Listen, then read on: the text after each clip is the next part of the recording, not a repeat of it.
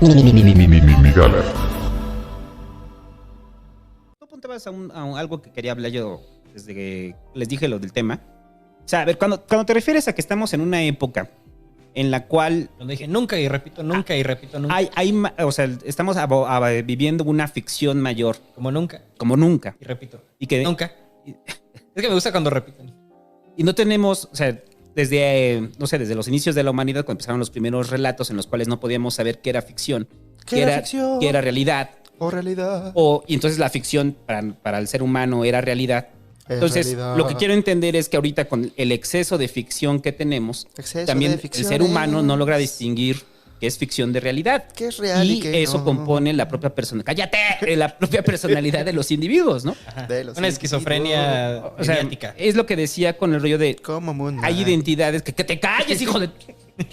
Hay identidad... Te voy a silenciar, pero déjame mutear algo, Hobbit, ya. Ya. Se acabó la ficción del Ya, Hobbit. se para acabó, ya no siempre. existe el Hobbit, güey. Bienvenido, André, a este espacio de paz llamado Migala. Qué bonito es mi gala. Puedes escuchar el mar a lo lejos. Tenemos un loquillo ahí gritando al fondo, pero... Pero mira, escucha este silencio. Hay paz, queridos podcast escuchas. Bienvenidos a la paz del Señor. Hay paz. Aquí se habla en paz. Diga si van o no a salir. Bueno, el punto... ¿Viste? Ya se apoyaron. El punto lo que iba es que... Porque si no... ¿De cuántas ficciones está construida la ficción de él?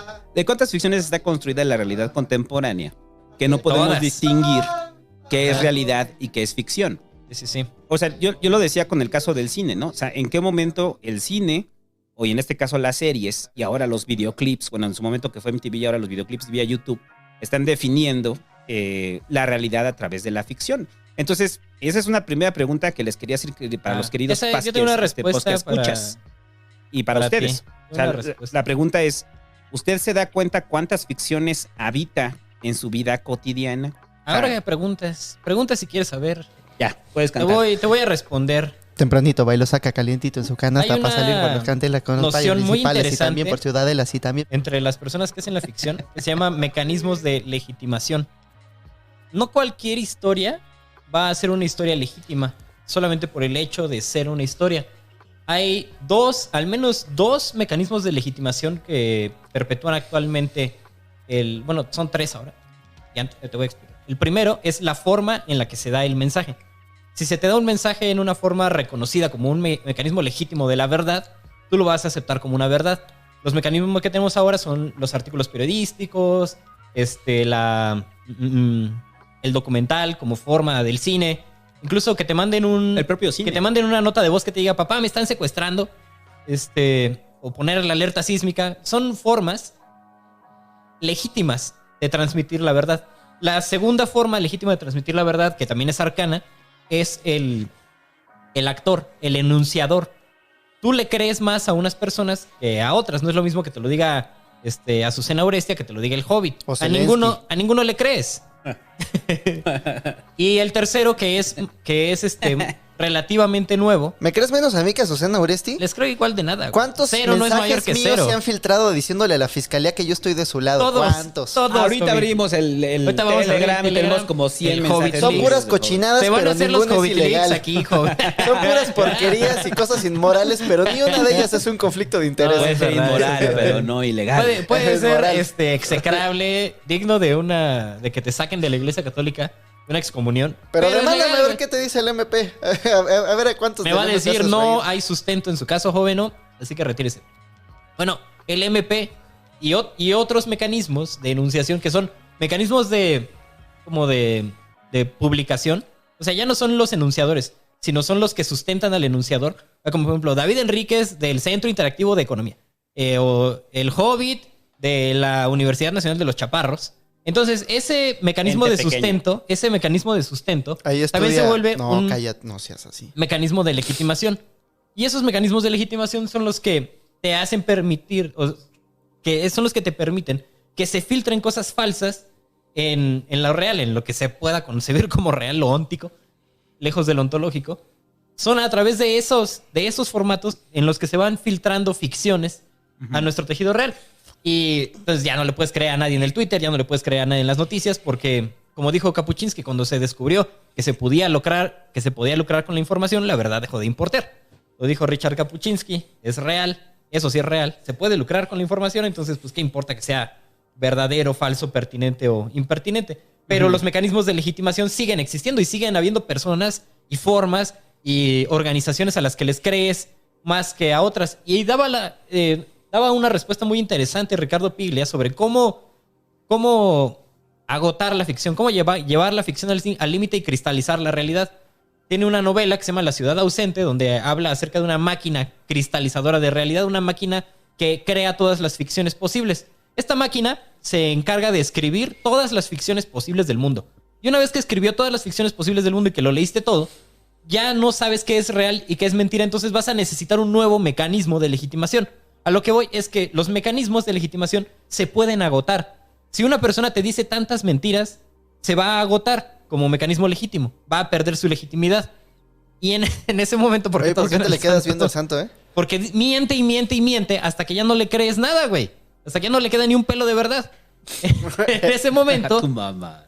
Creo que en ese momento, cuando haya un exceso de ficción, se va a recurrir a una oscilación hacia la realidad, hacia la experiencia tangible. No tengo pelos de verdad, pero no están en la cabeza. ¿Y sabes qué experiencia interesante tiene esto? ¿Qué aplicación interesante? Los terraplanistas. Ante el agotamiento de la legitimación científica y de la impertinencia del discurso científico, no digo que sea importante, sino que se vuelve impertinente, que no atiende a las realidades inmediatas de la manera en la que la gente lo puede entender. Entonces ya no le creen a ellos y la gente recurre a su experiencia individual para decir qué es verdad y qué es mentira. Un exceso de ficción genera eso. Lo abordamos mucho en el tema de el de las conspiraciones.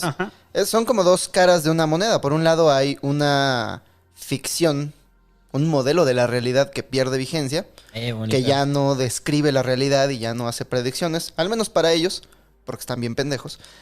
Y por otro lado hay una, con todo respeto, como dice el presidente. Con todo respeto, están bien pendejos. Con todo respeto. Y por otro lado está una ficción todavía más atractiva. Vi un documental de Vice acerca de unos terraplanistas y hacen una convención de terraplanistas. Y está bien triste porque todos ellos, un día antes, solían ser ciudadanos comunes, siendo oprimidos por el sistema. Uno de ellos era repartidor de UPS, el otro trabajaba en Subway, el otro estaba en Amazon. Todo el mundo trabajaba para una gran corporación que los oprimía. Y al día siguiente de descubrir esta teoría revolucionaria de la nueva ciencia, cada uno de ellos era el Américo Vespucho de su género, ¿no? Llegó un güey que lleva un modelo de la Tierra plana con el Sol y la Luna y dice, este es el primer modelo físico de la Tierra plana que existe y está calibrado a los valores reales del Sol y la Luna. Entonces este güey solía tener una ficción de su propia vida que no le satisfacía. Es como, pues, trabajo en Subway, alimento a mis gatos y pues nadie me pela. Y ahora este güey es el primer creador de un modelo de la Tierra plana y es además un rebelde en contra del consenso científico pagado por George Soros o lo que sea. Entonces es una ficción más atractiva. Y creo que todos deberíamos observar estos ejemplos y no cagarnos de la risa. Ah, mira qué pendejo es el prójimo, sino ¿en qué ficción pendeja estoy creyendo yo? ¿Cuál ficción me está dotando a mí mismo de la relevancia que quiero tener en el mundo para no sentirme lo que realmente soy? Hay un debate bien loco ahí que estaría interesante traer aquí a algunos profesionales en la materia. A mí casi me sacan los ojos en 2 ocasiones. Cuando dije desde mi formación que la ciencia era un modelo más de ficción y que la historia... No necesariamente. Espera, y que la historia también era un relato, que la historia era un relato. Pero la ciencia es un proceso. Sí, yo sé que es un proceso, entonces me gustaría que estableciéramos ahí unos límites sanos. También con la historia, porque también podrías recurrir a eso, a creer que los hechos pasados, como ya pasaron, son solo un relato ahora y son solo un hecho, y ya no son como hechos. Sí, no, cuando realmente te pones a leer historia, o sea, no nada más leer memeshistóricos.com, sino cuando te pones a comparar fuentes y ver una contra la otra. Te das cuenta de que la historia es una ficción más que se está construyendo en equipo y que de hecho hay distintas versiones contradictorias de lo que sucedió. El ejemplo más reciente que tengo es el Schlieffenplan.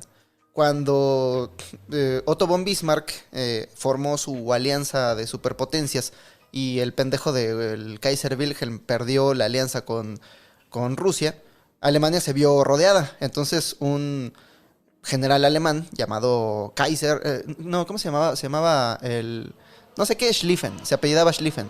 Este güey inventó un plan para vencer primero a Francia y luego mandar todas sus tropas contra Rusia.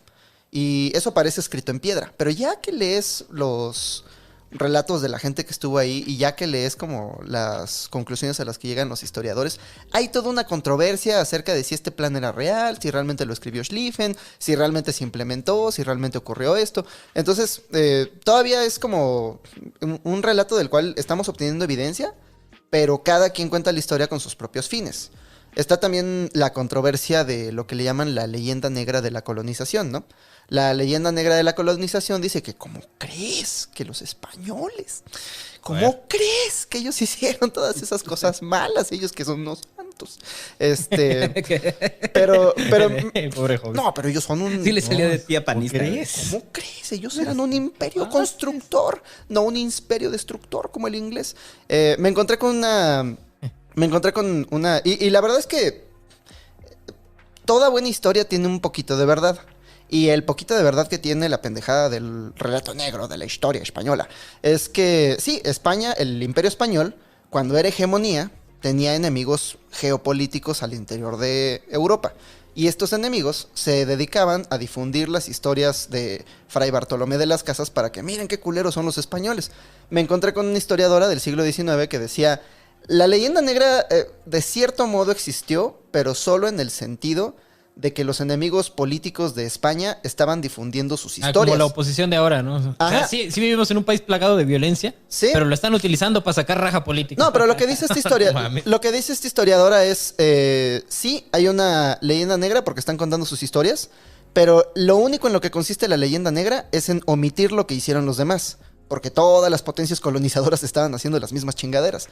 O sea, quemando güeyes, alimentándoselos a los perros. Si te escapabas, te cortaban la nariz y las orejas, ese tipo de cosas. Entonces, hay mucha gente que ama a su Españita, que ama a su padre patria. Y le gusta mucho la ficción de la leyenda negra, porque ¿cuál es la alternativa? Decir, es que ni siquiera es un pedazo de tierra. Este Estado, esta estructura política y social que me gobierna, le he prestado a ella gran parte de mi identidad. Entonces yo no puedo prestarle gran parte de mi identidad a una estructura política que, de acuerdo a su propio relato, hace varios siglos brutalizó y genocidió a todo un continente. Entonces, los genocidió. Entonces, me sale más barato psicológicamente creer que esto es un invento de los... Que esto es un invento de los marxistas, es un invento de la gente mala para hablar mal acerca de mi Españita. Sí. Mi Españita amada, que es un imperio constructor. No, pero las dos son ficciones. O sea, Fray Bartolomé de las Casas también estaba contando un fragmento de lo que le tocó vivir. Sí. Pero no es el todo.